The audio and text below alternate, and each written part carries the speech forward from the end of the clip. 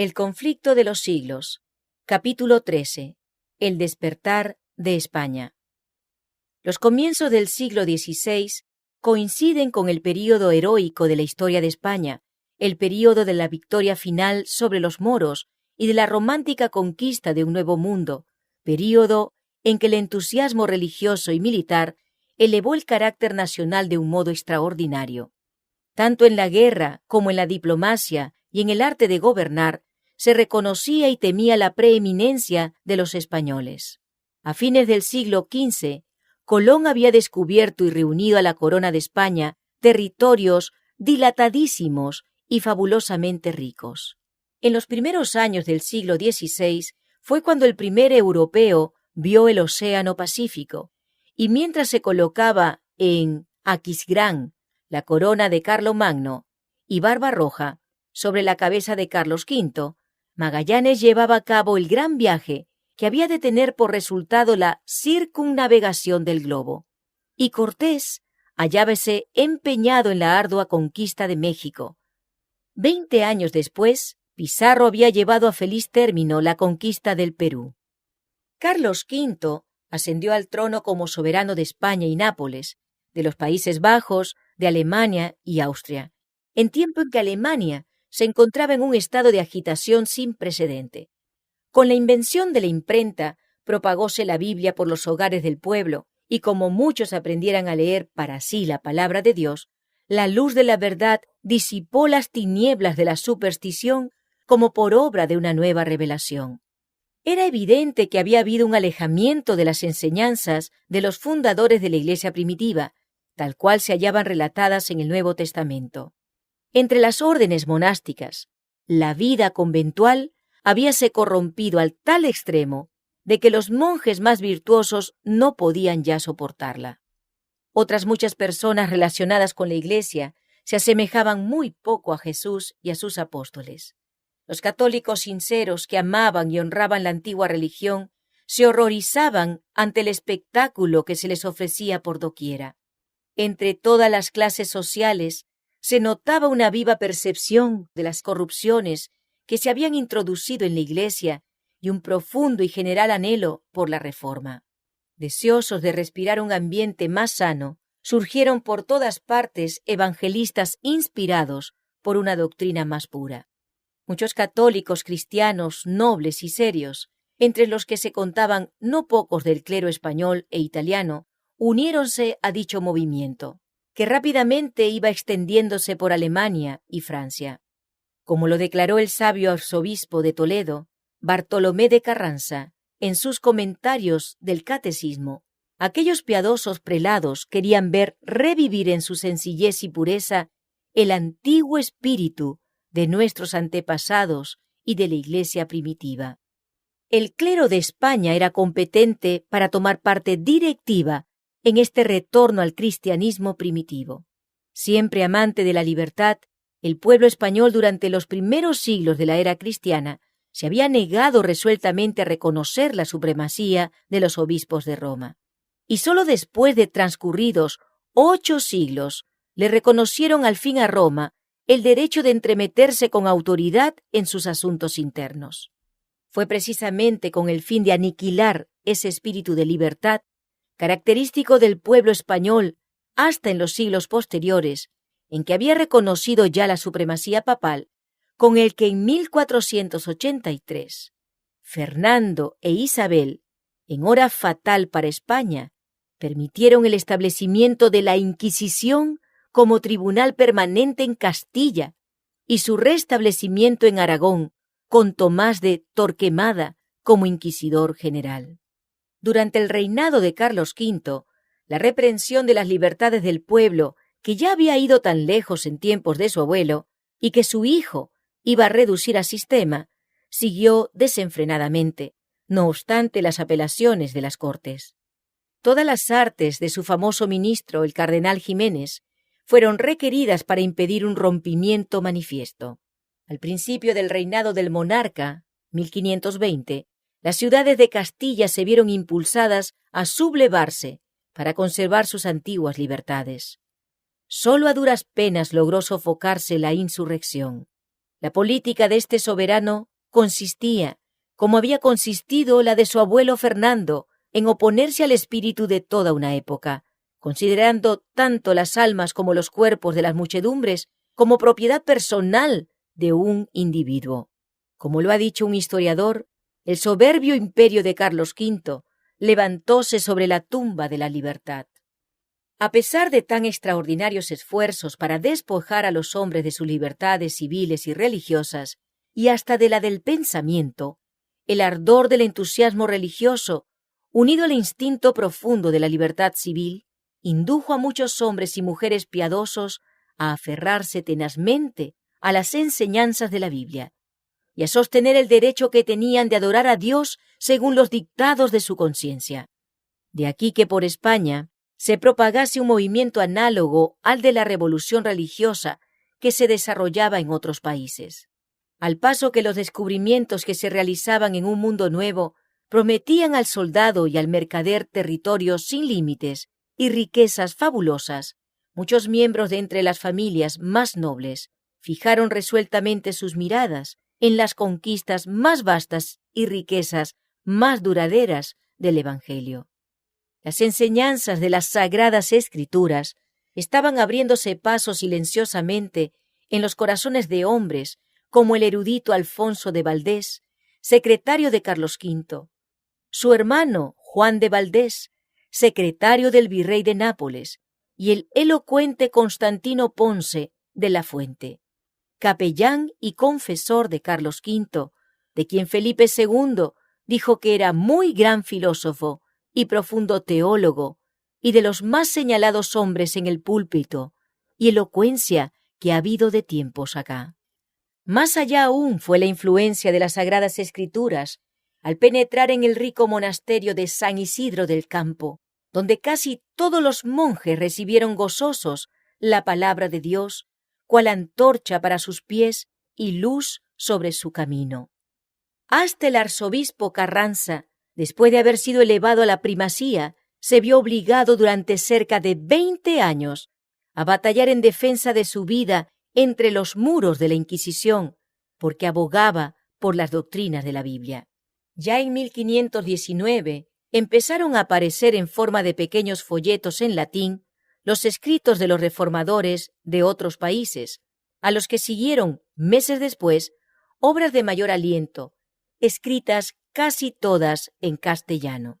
En ellas se ponderaba la Biblia como piedra de toque que debía servir para probar cualquier doctrina, se exponía sabiamente la necesidad que había de reformas y se explicaban con claridad las grandes verdades relativas a la justificación por la fe y a la libertad mediante el Evangelio. La primera, la más noble, la más sublime de todas las obras, enseñaban los reformadores, es la fe en Jesucristo. De esta obra deben proceder todas las obras. Un cristiano que tiene fe en Dios lo hace todo con libertad y con gozo, mientras que el hombre que no está con Dios vive lleno de cuidados y sujeto siempre a servidumbre. Este se pregunta a sí mismo con angustia cuántas obras buenas tendrá que hacer. Corre acá y acullá, pregunta a este y aquel, no encuentra la paz en parte alguna, y todo lo ejecuta con disgusto y con temor. La fe viene únicamente de Jesucristo y nos es prometida y dada gratuitamente. Oh hombre, represéntate a Cristo y considera cómo Dios te muestra en Él su misericordia, sin ningún mérito de tu parte. Saca de esta imagen de su gracia la fe y la certidumbre de que todos tus pecados te están perdonados. Esto no lo pueden producir las obras. De la sangre, de las llagas, de la misma muerte de Cristo, es de donde emana esa fe que brota en el corazón. En uno de los tratados se explicaba del siguiente modo la diferencia que media entre la excelencia de la fe y las obras humanas. Dios dijo: quien creyere y fuere bautizado será salvo. Esta promesa de Dios debe ser preferida a toda la ostentación de las obras, a todos los votos, a todas las satisfacciones, a todas las indulgencias y a cuanto ha inventado el hombre, porque de esta promesa, si la recibimos con fe, depende toda nuestra felicidad. Si creemos, nuestro corazón se fortalece con la promesa divina, y aunque el fiel quedase despojado de todo, esta promesa en que cree le sostendría. Con ella resistiría al adversario que se lanzara contra su alma. Con ella podrá responder a la desapiadada muerte y ante el mismo juicio de Dios. Su consuelo en todas sus adversidades consistirá en decir: yo recibí ya las primicias de ella en el bautismo. Si Dios es conmigo, ¿quién será contra mí? ¡Oh, qué rico es el cristiano y el bautizado! Nada puede perderle, a no ser que se niegue a creer.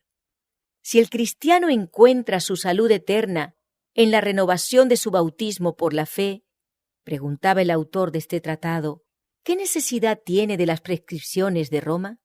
Declaro, pues, añadía, que ni el Papa, ni el obispo, ni cualquier hombre que sea, tiene derecho de imponer lo más mínimo a un cristiano sin su consentimiento. Todo lo que no se hace así, se hace tiránicamente.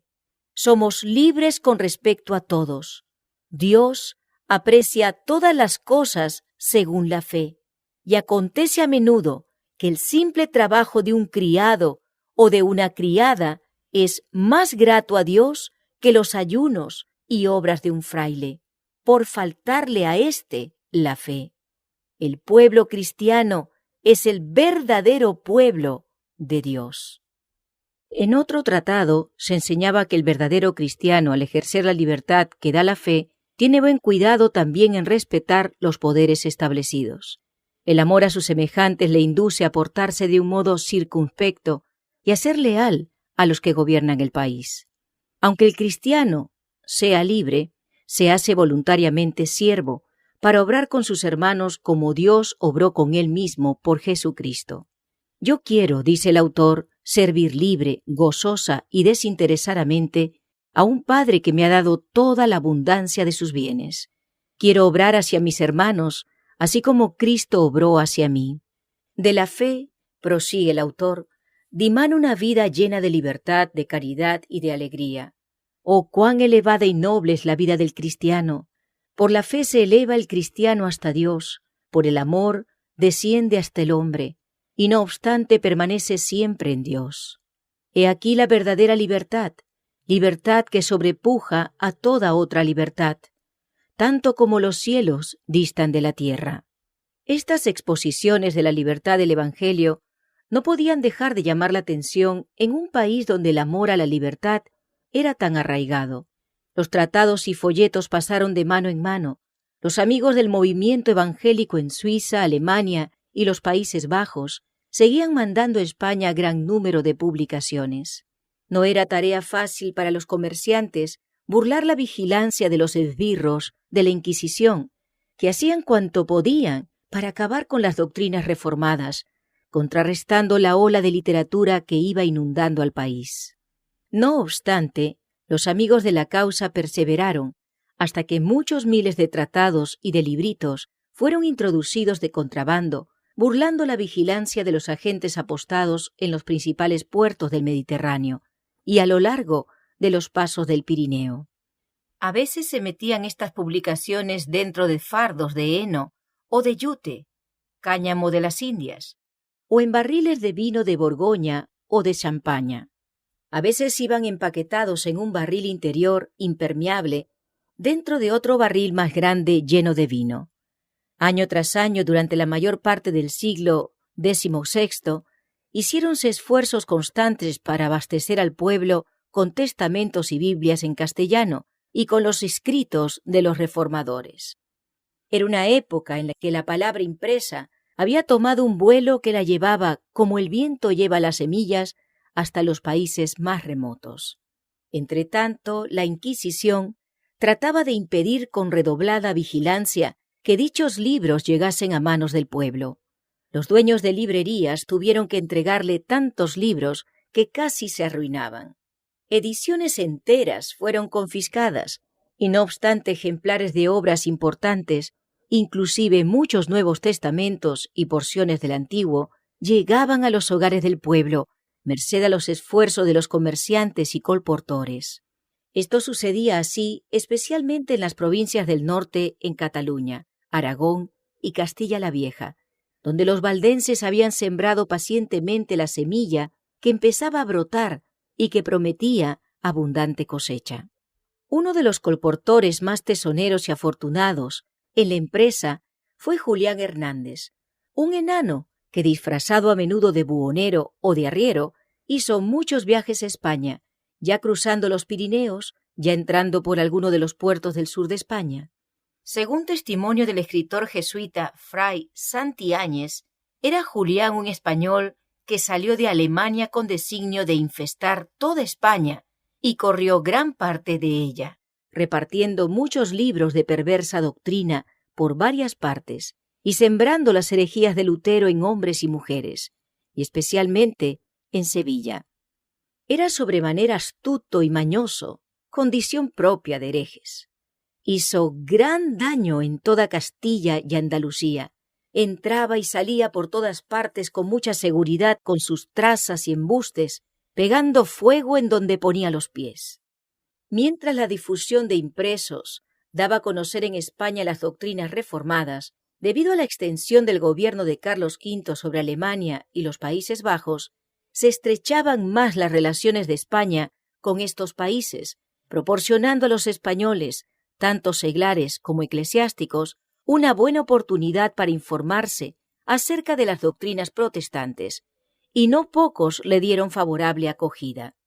Entre ellos se encontraban algunos que, como Alfonso y Juan de Valdés, hijos de don Fernando de Valdés, corregidor de la antigua ciudad de Cuenca, desempeñaban altos puestos públicos.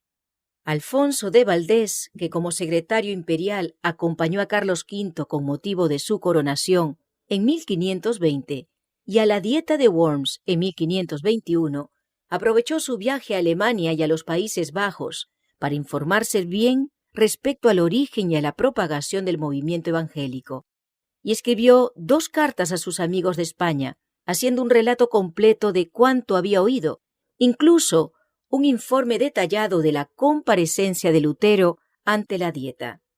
Unos 10 años después, estuvo con Carlos V en la Dieta de Augsburgo, donde tuvo oportunidad para conversar libremente con Melanchthon, a quien aseguró que su influencia había contribuido a librar el ánimo del emperador de falsas impresiones, y que en una entrevista posterior se le había encargado dijera a Melanchthon que su majestad deseaba que éste escribiera un compendio claro de las opiniones de los luteranos, poniéndolas en oposición, artículo por artículo, con las de sus adversarios. El reformador accedió gustoso al pedido, y el resultado de su labor fue comunicado por Valdés a Campeggio, legado del Papa. Este acto no se le escapó al ojo vigilante de la Inquisición. Luego que Valdés regresó a su país natal, se le acusó ante el Santo Oficio y fue condenado como sospechoso de luteranismo. El poder del Espíritu Santo que asistió a los reformadores en la tarea de presentar las verdades de la palabra de Dios durante las grandes dietas convocadas de tanto en tanto por Carlos V, hizo gran impresión en el ánimo de los nobles y de los dignatarios de la Iglesia que de España acudieron a aquellas. Por más que a algunos de estos, como al arzobispo Carranza, se les contase durante muchos años entre los más decididos partidarios del catolicismo romano, con todo, no pocos se dieron al fin a la convicción de que era verdaderamente Dios quien dirigía y enseñaba a aquellos intrépidos defensores de la verdad que con la Biblia abogaban por el retorno al cristianismo primitivo y a la libertad del Evangelio. Entre los primeros reformadores españoles que se valieron de la imprenta para esparcir el conocimiento de la verdad bíblica, hay que mencionar a Juan de Valdés, hermano de Alfonso, sabio jurisconsulto y secretario del virrey español de Nápoles. Sus obras se caracterizaban por un amor a la libertad, digno del más alto encarecimiento. Escritas con gran maestría y agudeza, en estilo ameno y con pensamientos muy originales, contribuyeron grandemente a echar los cimientos del protestantismo en España. En Sevilla y Valladolid, los protestantes llegaron a contar con el mayor número de adeptos. Pero como los que adoptaron la interpretación reformada del Evangelio se contentaron, por regla general, con su promulgación, sin atacar abiertamente la teología o la Iglesia católica, sólo a duras penas podían los creyentes reconocerse unos a otros, pues temían revelar sus verdaderos sentimientos a los que no les parecían dignos de confianza. En la providencia de Dios fue un golpe dado por la misma Inquisición el que rompió en Valladolid aquella valla de retraimiento y el que les hizo posible a los creyentes reconocerse y hablar unos con otros. Francisco San Román, natural de Burgos e hijo del alcalde mayor de Briviesca, en el curso de sus viajes comerciales tuvo oportunidad de visitar a Bremen, donde oyó predicar las doctrinas evangélicas. De regreso a Amberes, fue encarcelado durante 8 meses, pasados los cuales se le permitió proseguir su viaje a España, donde se creía que guardaría silencio. Pero cual aconteciera con los apóstoles de antaño, no pudo dejar de hablar las cosas que había visto y oído, debido a lo cual no tardó en ser entregado a la Inquisición en Valladolid. Corto fue su proceso. Confesó abiertamente su fe en las principales doctrinas de la Reforma, es a saber que nadie se salva por sus propias obras, méritos o fuerzas, sino únicamente debido a la gracia de Dios, mediante el sacrificio de un solo mediador. Ni con súplicas ni con torturas pudo inducírsele a que se retractara. Se le sentenció pues a la hoguera y sufrió el martirio en un notable auto de fe en 1544. Hacía cerca de un cuarto de siglo que la doctrina reformada había llegado por primera vez a Valladolid. Empero durante dicho período sus discípulos se habían contentado con guardarla en sus corazones o hablar de ella con la mayor cautela a sus amigos de confianza. El estudio y la meditación, avivados por el martirio de San Román, pusieron fin a tal retraimiento. Expresiones de simpatía por su suerte o de admiración por sus opiniones dieron lugar a conversaciones en cuyo curso los que favorecían la nueva fe, como se la llamaba, pudieron fácilmente reconocerse unos a otros. El celo y la magnanimidad de que dio prueba el mártir al arrostrar el odio general y al sufrir tan horrible muerte por causa de la verdad, provocó la emulación hasta de los más tímidos de aquellos, de suerte que pocos años después de aquel auto se organizaron formando una iglesia que se reunía con regularidad en privado para la instrucción y el culto religioso. Esta iglesia, cuyo desarrollo fue fomentado por los esfuerzos de la Inquisición, tuvo por primer pastor a Domingo de Rojas. Su padre fue don Juan, primer marqués de Posa. Su madre fue hija del conde de Salinas y descendía de la familia del marqués de la Mota. Además de los libros de los reformadores alemanes, con los que estaba familiarizado, propagó ciertos escritos suyos y particularmente un tratado con el título de Explicación de los artículos de fe, que contenía una corta exposición y defensa de las nuevas opiniones. Rechazaba como contraria a las Escrituras la doctrina del purgatorio, la misa y otros artículos de la fe establecida. Merced a sus exhortaciones llenas de celo, muchos fueron inducidos a unirse a la Iglesia Reformada de Valladolid, entre los que se contaban varios miembros de la familia del mismo Rojas, como también de la del marqués de Alcañices y de otras familias nobles de Castilla. Después de algunos años de servicio en la buena causa, Rojas sufrió el martirio de la hoguera. Camino del sitio del suplicio, pasó frente al palco real y preguntó al rey: ¿Cómo podéis, señor, presenciar así los tormentos de vuestros inocentes súbditos? Salvadnos de muerte tan cruel. No, replicó Felipe, yo mismo llevaría la leña para quemar a mi propio hijo, si fuese un miserable como tú. El doctor don Agustín Casalla, compañero y sucesor de Rojas, era hijo de Pedro Casalla, oficial mayor del Tesoro Real, y se le consideraba como a uno de los principales oradores sagrados de España. En 1545 fue nombrado capellán del emperador, a quien acompañó el año siguiente a Alemania y ante quien predicó ocasionalmente años después, cuando Carlos V se hubo retirado al convento de Yuste. De 1555 a 1559, tuvo Casalla oportunidad para pasar larga temporada en Valladolid, de donde era natural su madre, en cuya casa solía reunirse secretamente para el culto de la Iglesia protestante. No pudo resistir a las repetidas súplicas con que se le instó para que se hiciera cargo de los intereses espirituales de ésta, la cual, favorecida con el talento y la nombradla del nuevo pastor, creció rápidamente en número y respetabilidad. En Valladolid, la doctrina reformada penetró hasta en los monasterios. Fue abrazada por gran número de las monjas de Santa Clara y de la orden cisterciense de San Belén, y contaba con personas convertidas entre la clase de mujeres devotas, llamadas beatas, que se dedicaban a obras de caridad. Las doctrinas protestantes se esparcieron por todas partes alrededor de Valladolid, habiendo convertidos en casi todas las ciudades y en muchos de los pueblos del antiguo Reino de León. En la ciudad de Toro fueron aceptadas las nuevas doctrinas por Antonio Herrezuelo, abogado de gran talento, y por miembros de las familias de los marqueses de la Mota y de Alcañices. En la ciudad de Zamora, don Cristóbal de Padilla era cabeza de los protestantes. De estos los había también en Castilla la Vieja, en Logroño, en la Raya de Navarra, en Toledo y en las provincias de Granada, Murcia, Valencia y Aragón. Formaron agrupaciones en Zaragoza, Huesca, Barbastro y en otras muchas ciudades. Respecto al carácter y posición social de los que se unieron al movimiento reformador en España, se expresa así el historiador. Tal vez no hubo nunca en país alguno tan gran proporción de personas ilustres, por su cuna o por su saber, entre los convertidos a una religión nueva y proscrita.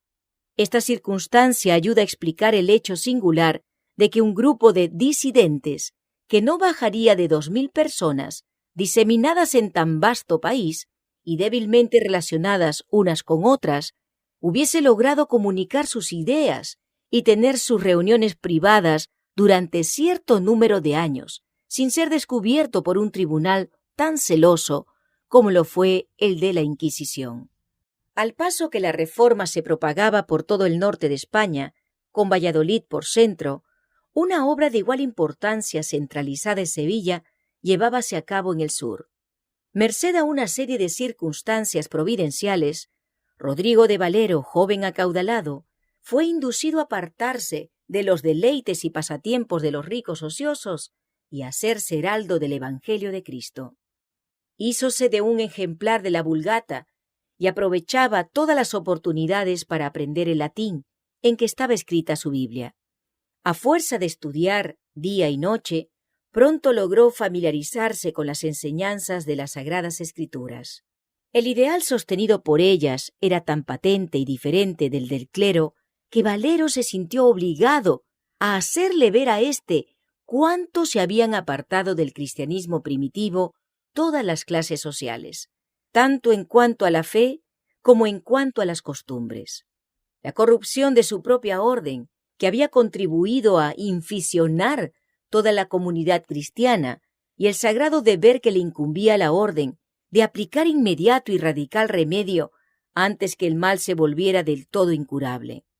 Estas representaciones iban siempre acompañadas de una apelación a las Sagradas Escrituras como autoridad suprema en materia de religión y de una exposición de las principales doctrinas que aquellas enseñan.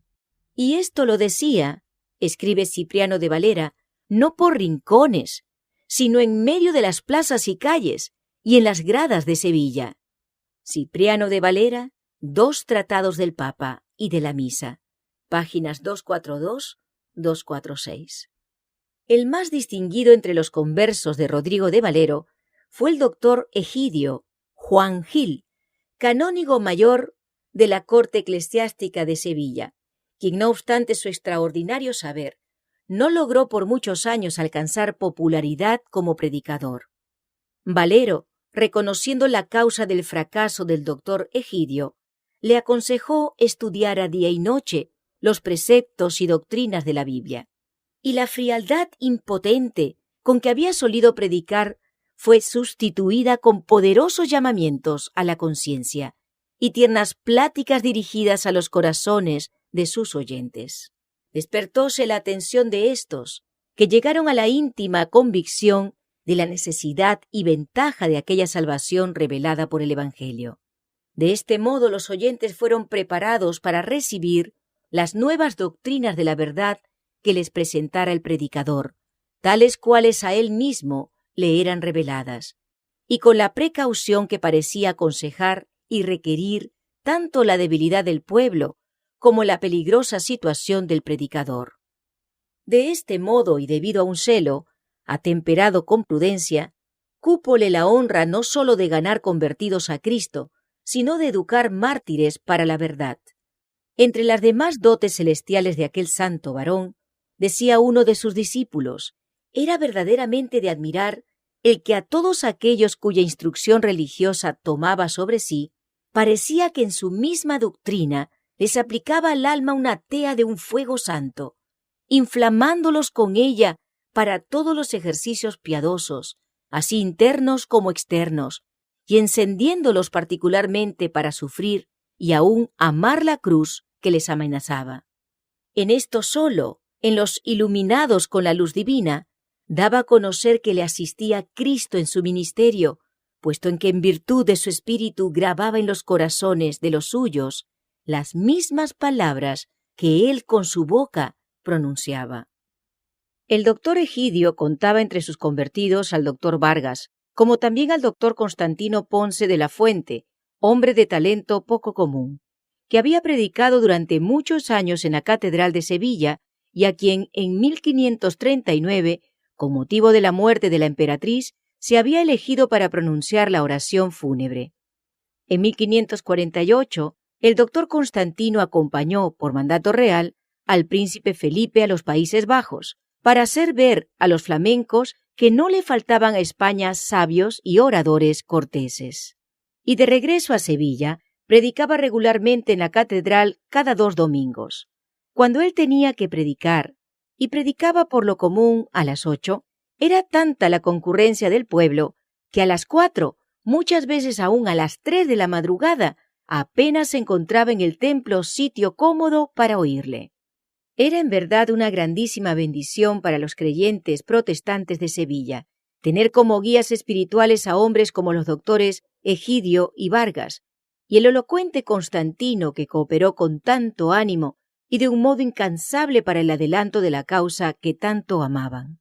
Asiduamente ocupados en el desempeño de sus deberes profesionales durante el día, se reunían de noche con los amigos de la doctrina reformada, unas veces en una casa particular, otras veces en otra. El pequeño grupo de Sevilla creció insensiblemente y llegó a ser el tronco principal del que se tomaron ramas para plantarlas en la campiña vecina. Durante su ministerio, Constantino, a la par que instruía al pueblo de Sevilla desde el púlpito, se ocupaba en propagar el conocimiento religioso por el país por medio de la prensa. El carácter de sus escritos nos muestra con plena claridad lo excelente de su corazón. Eran aquellos adecuados a las necesidades espirituales de sus paisanos, pero no calculados para lucir sus talentos o para ganar fama entre los sabios. Fueron escritos en su idioma patrio, en estilo al alcance de las inteligencias menos desarrolladas. Las especulaciones abstractas y los adornos retóricos, en los que por naturaleza y educación podía sobresalir, sacrificólos sin vacilar, persiguiendo el único fin de que todos lo entendieran y resultara útil a todos. Es un hecho histórico singular y por demás significativo que cuando Carlos V, cansado de la lucha contra la propagación del protestantismo, lucha en que había pasado casi toda su vida, había abdicado el trono y se había retirado a un convento en busca de descanso.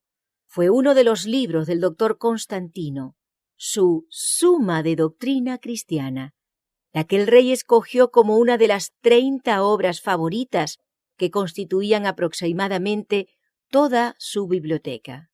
Si se tienen en cuenta el carácter y la alta categoría de los cautillos del protestantismo en Sevilla, No resulta extraño que la luz del Evangelio brillase allí con claridad bastante para iluminar no solo muchos hogares del bajo pueblo, sino también los palacios de príncipes, nobles y prelados.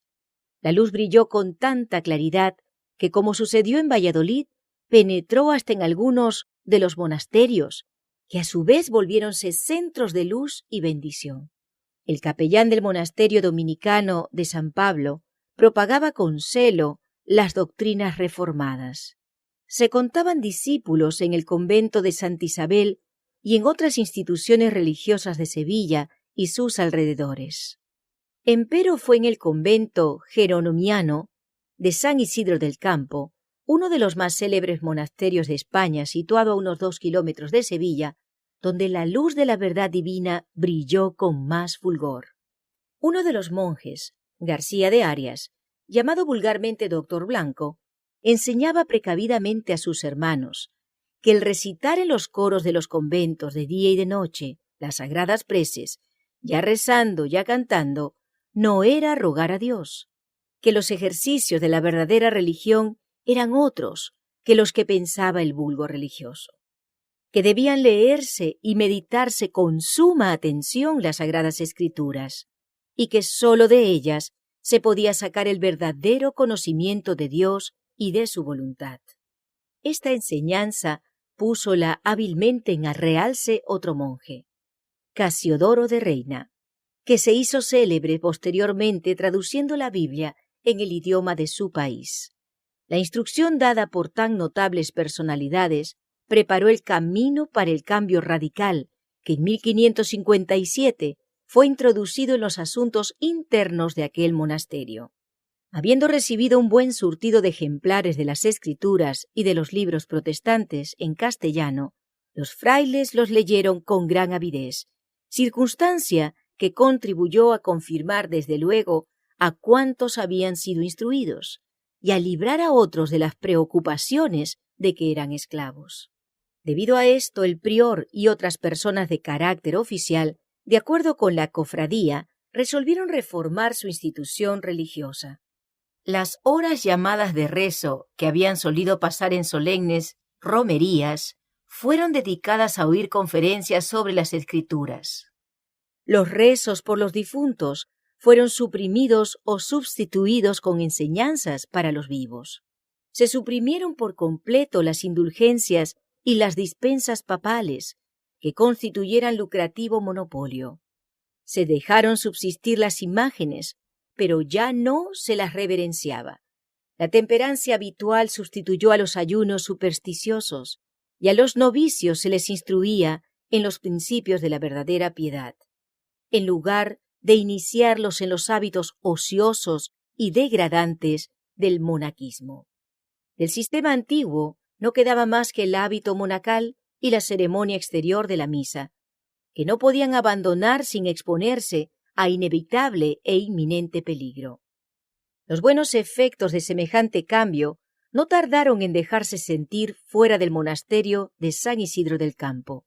Por medio de sus pláticas y de la circulación de libros, aquellos dirigentes monjes difundieron el conocimiento de la verdad por las comarcas vecinas y la dieron a conocer a muchos que vivían en ciudades bastante distantes de Sevilla. Por deseable que fuese la reforma introducida por los monjes de San Isidro en su convento, no obstante, ella los puso en situación delicada a la par que dolorosa. No podían deshacerse del todo de las formas monásticas sin exponerse al furor de sus enemigos. No podían tampoco conservarlas sin incurrir en culpable inconsecuencia. Todo bien pensado, resolvieron que no sería cuerdo tratar de fugarse del convento y que lo único que podían hacer era quedarse donde estaban y encomendarse a lo que dispusiera una providencia omnipotente y bondadosa. Acontecimientos subsiguientes les hicieron reconsiderar el asunto, llegando al acuerdo de dejar a cada cual libre de hacer, según las circunstancias, lo que mejor y más prudente le pareciera. Consecuentemente, 12 de entre ellos abandonaron el monasterio y por diferentes caminos lograron ponerse a salvo fuera de España y a los 12 meses se reunieron en Ginebra. Hacía unos 40 años que las primeras publicaciones que contenían las doctrinas reformadas habían penetrado en España. Los esfuerzos combinados de la Iglesia Católica Romana no habían logrado contrarrestar el avance secreto del movimiento, y año tras año la causa del protestantismo se había robustecido, hasta contarse por miles los adherentes a la nueva fe. De cuando en cuando se iban algunos a otros países para gozar de la libertad religiosa. Otros salían de su tierra para colaborar en la obra de crear toda una literatura especialmente adecuada para fomentar la causa que amaban más que la vida misma. Otros aún, cual los monjes que abandonaron el monasterio de San Isidro, se sentían impelidos a salir debido a las circunstancias peculiares en que se hallaban. La desaparición de estos creyentes, muchos de los cuales se habían destacado en la vida política y religiosa, había despertado, desde hacía mucho tiempo, las sospechas de la Inquisición, y andando el tiempo, algunos de los ausentes fueron descubiertos en el extranjero, desde donde se afanaban por fomentar la causa protestante en España. Esto indujo a creer que había muchos protestantes en España. Empero los creyentes habían sido tan discretos que ninguno de los familiares de la Inquisición podía ni siquiera fijar el paradero de ellos. Fue entonces cuando una serie de circunstancias llevó al descubrimiento de los centros del movimiento en España y de muchos creyentes. En 1556, Juan Pérez, que vivía a la sazón en Ginebra, terminó su versión castellana del Nuevo Testamento. Esta edición, junto con ejemplares del Catecismo español, que preparó el año siguiente y con una traducción de los Salmos, deseaba mandarla a España, pero durante algún tiempo fuese imposible encontrar a nadie que estuviera dispuesto a acometer tan arriesgada empresa. Finalmente, Julián Hernández, el fiel colportor, se ofreció a hacer la prueba. Colocando los libros dentro de 2 grandes barriles, logró burlar los esbirros de la Inquisición y llegó a Sevilla, desde donde se distribuyeron rápidamente los preciosos volúmenes. Esta edición del Nuevo Testamento fue la primera versión protestante que alcanzara circulación bastante grande en España. Durante su viaje, Hernández había dado un ejemplar del Nuevo Testamento a un herrero en Flandes. El herrero enseñó el libro a un cura que obtuvo del donante una descripción de la persona que se lo había dado a él y la transmitió inmediatamente a los inquisidores de España. Merced a estas señas, los esbirros inquisitoriales le acecharon a su regreso y le prendieron cerca de la ciudad de Palma. Le volvieron a conducir a Sevilla y le encerraron entre los muros de la Inquisición, donde durante más de 2 años se hizo cuanto fue posible para inducirle a que delatara a sus amigos, pero sin resultado alguno. Fiel hasta el fin, sufrió valientemente el martirio de la hoguera, gozoso de haber sido honrado con el privilegio de introducir la luz de la verdad divina en su descarriado país, y seguro de que el día del juicio final, al comparecer ante su Hacedor, oiría las palabras de aprobación divina que le permitirían vivir para siempre con su Señor. No obstante, aunque desafortunados en sus esfuerzos para conseguir de Hernández datos que llevaran al descubrimiento de los amigos de éste, al fin llegaron los inquisidores a conocer el secreto que tanto deseaban saber.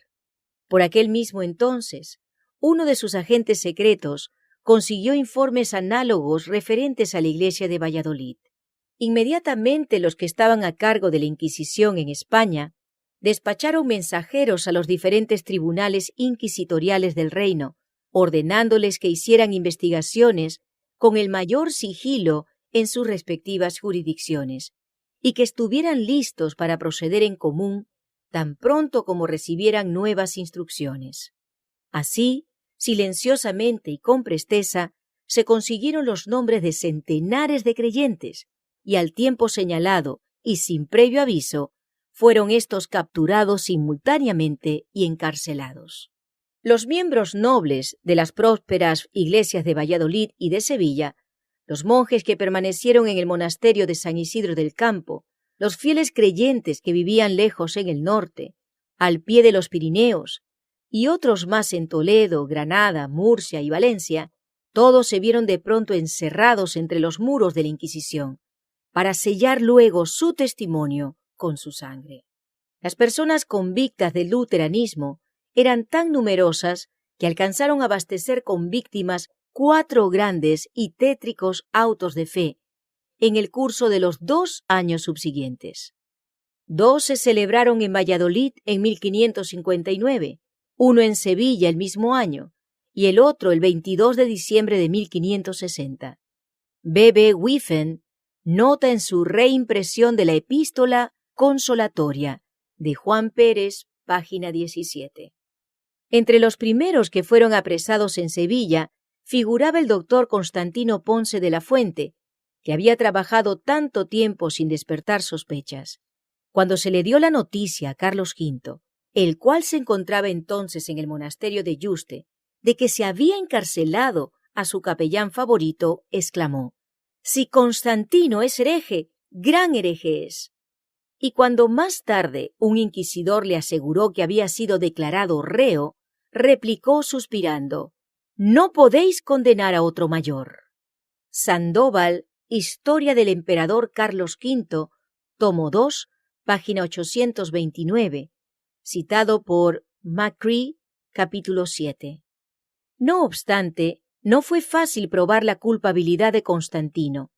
En efecto, parecían ser incapaces los inquisidores de probar los cargos levantados contra él, cuando por casualidad encontraron, entre otros muchos, un gran libro, escrito todo de puño y letra del mismo Constantino, en el cual abiertamente, y como si escribiese para sí mismo, trataba en particular de estos capítulos.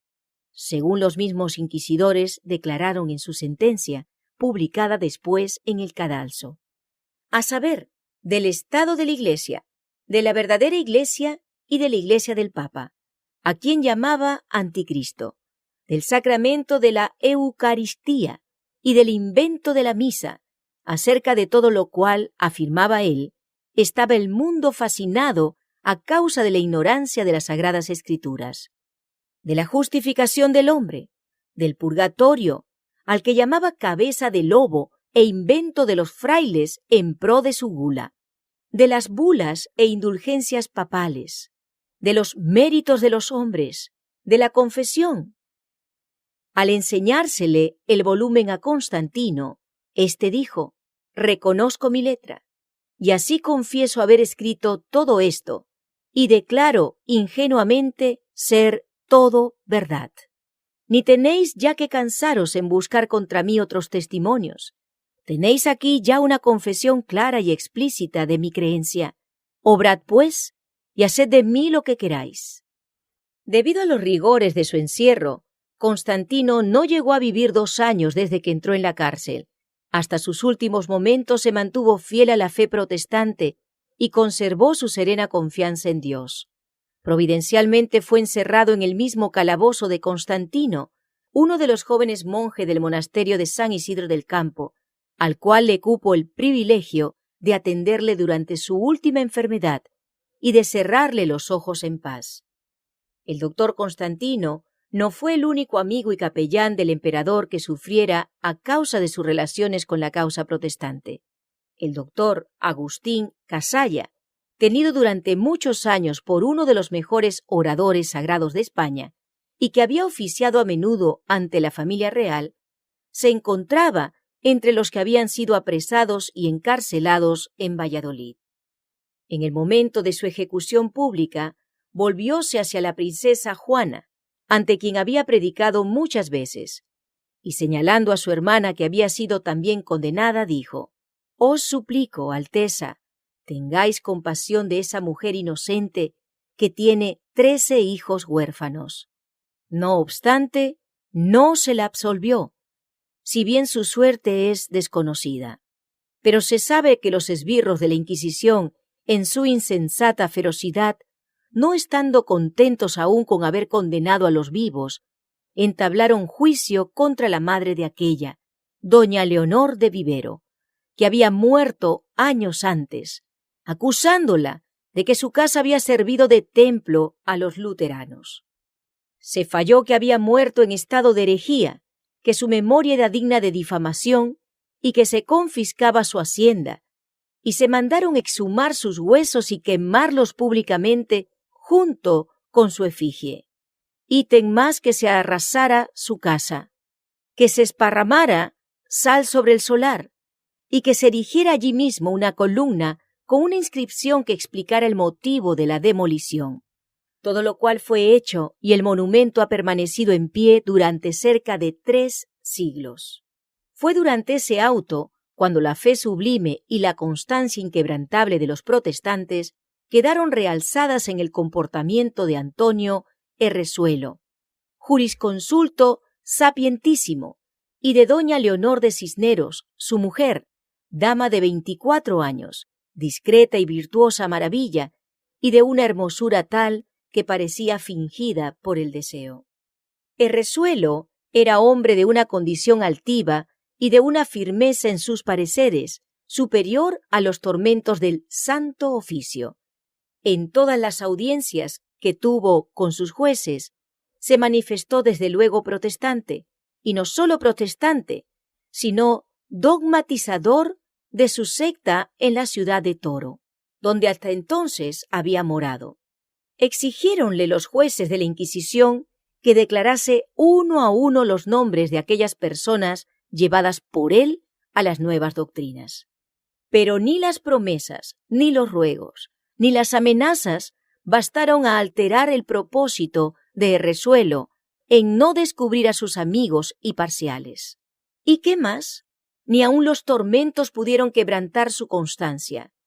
Más firme que envejecido roble o que soberbia peña nacida en el seno de los mares. Su esposa, presa también en los calabozos de la Inquisición, al fin débil como joven de 24 años, después de cerca de 2 años de encarcelamiento, cediendo al espanto de verse reducida a la estrechez de los negros paredones que formaban su cárcel, tratada como delincuente, lejos de su marido a quien amaba aún más que a su propia vida, y temiendo todas las iras de los inquisidores, declaró haber dado franca entrada en su pecho a los errores de los herejes, manifestando al propio tiempo con sus dulces lágrimas en los ojos su arrepentimiento. Llegado el día en que se celebraba el auto de fe con la pompa conveniente al orgullo de los inquisidores, salieron los reos al cadalso y desde él escucharon la lectura de sus sentencias. Erresuelo iba a ser reducido a cenizas en la voracidad de una hoguera, y su esposa, doña Leonor, a adjurar las doctrinas luteranas que hasta aquel punto había albergado en su alma, y a vivir, a voluntad del Santo Oficio, en las casas de reclusión que para tales delincuentes estaban preparadas. En ellas, con penitencias y San Benito, recibiría el castigo de sus errores, y una enseñanza para en lo venidero desviarse del camino de su perdición y ruina. Al ir Erresuelo al cadalso, lo único que le conmovió fue el ver a su esposa en ropas de penitenta y la mirada que echó, pues no podía hablar, al pasar cerca de ella camino del lugar de la ejecución, parecía decir: «Esto sí que es difícil soportarlo». Escuchó sin inmutarse a los frailes que le hostigaban con sus importunas exhortaciones para que se retractase, mientras le conducían a la hoguera. El bachiller Erresuelo, dice Gonzalo de Illescas en su historia pontifical, se dejó quemar vivo con valor sin igual.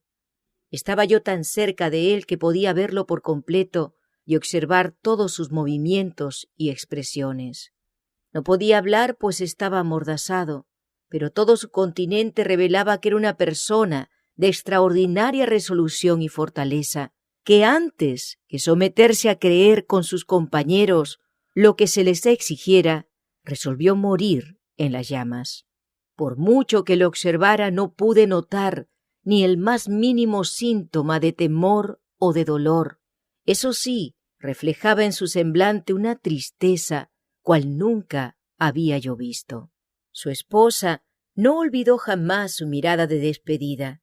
La idea, dice el historiador, de que había causado dolor a su corazón durante el terrible conflicto por el que tuvo que pasar, avivó la llama del afecto que hacia la religión reformada ardía secretamente en su pecho. Y habiendo resuelto, confiada en el poder que se perfecciona en la flaqueza, seguir el ejemplo de constancia dado por el mártir, interrumpió resueltamente el curso de penitencia a que había dado principio. En el acto fue arrojada en la cárcel, donde durante 8 años resistió a todos los esfuerzos hechos por los inquisidores para que se retractara, y por fin murió ella también en la hoguera, como había muerto su marido. ¿Quién no será del mismo parecer que su paisano, de Castro, cuando exclama: infelices esposos, iguales en el amor, iguales en las doctrinas e iguales en la muerte? ¿Quién negará una lágrima a vuestra memoria y un sentimiento de horror y de desprecio a unos jueces que, en vez de encadenar los entendimientos con la dulzura de la palabra divina, usaron como armas del raciocinio los potros y las hogueras? De Castro, página 171. Tal fue la suerte que corrieron muchos que en España se habían identificado íntimamente con la Reforma protestante en el siglo XVI, pero de esto no debemos sacar la conclusión de que los mártires españoles sacrificaran sus vidas y derramaran su sangre en vano. Ofrecieron a Dios sacrificios de grato olor, dejaron en favor de la verdad un testimonio que no se perdió del todo. A través de los siglos, este testimonio hizo resaltar la constancia de los que prefirieron obedecer a Dios antes que a los hombres, y subsiste hoy día para inspirar aliento a quienes decidan mantenerse firmes en la hora de prueba en defensa de las verdades de la palabra de Dios, y para que con su conciencia y fe inquebrantable sean testimonios vivos del poder transformador de la gracia redentora.